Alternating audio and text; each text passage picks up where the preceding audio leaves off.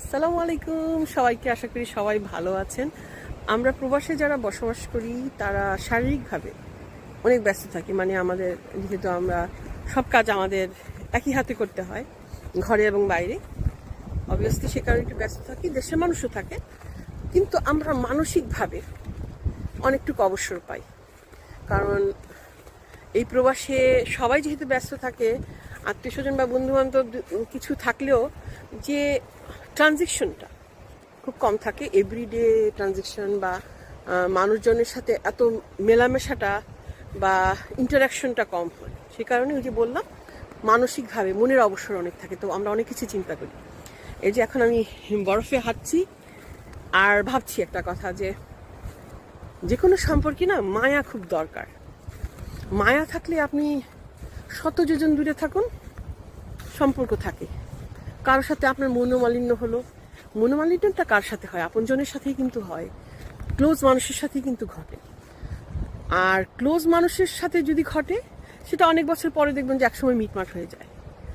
মনোমালিন্য হলেও একটা মায়ার টান যদি থাকে, দেখবেন যে বছর ঘুরিয়ে গেলেও সেই সম্পর্কটা থাকে। সেটা বন্ধুত্বের ক্ষেত্রে বলেন, সেটা আত্মীয় স্বজনের ক্ষেত্রে বলেন, কারণ আমরা তো মানুষ, সম্পর্কের লো পিরিয়ড থাকে, আপস অ্যান্ড ডাউন থাকে, সবার সাথে সবার মতের মিলে না আমরা, কারণ আমরা সবাই এখন খুব ইন্ডিভিজুয়াল চিন্তার মানসিকতায় অভ্যস্ত। সব কিছু আমাদের নিজস্ব সক্রিয়তা আছে, সব কিছু আমাদের নিজস্ব পছন্দ, নিজের প্রাইভেসি, এগুলো আমরা অনেক বেশি মেনটেন করি না ওই যেহেতু আগের মতন যৌথ পরিবার নেই, নিউক্লিয়ার ফ্যামিলি, একক ফ্যামিলি, সেই কারণে হয় কি এগুলোতে আমরা অভ্যস্ত হয়ে গেছি।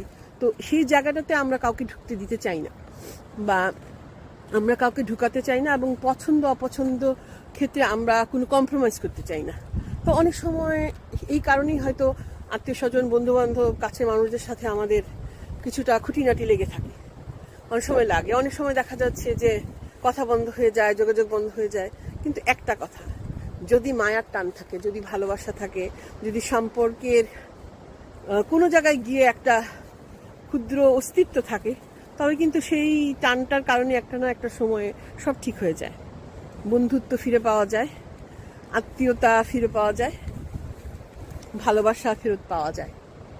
তাই সবসময় একটা কথাই আমি বলি যে, যাকে ভালোবাসবেন, যাকে বন্ধু বলে ভাববেন, সম্পর্ক কখনো চাপিয়ে দিবেন না, কিংবা সম্পর্ককে কখনো আঁকড়ে ধরে রাখতে চাইবেন না।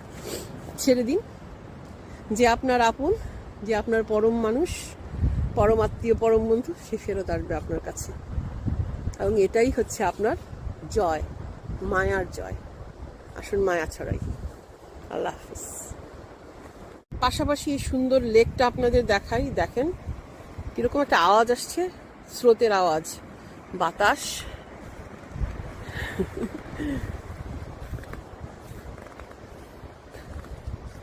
ভয়ঙ্কর সুন্দর বলে একটা কথা আছে না?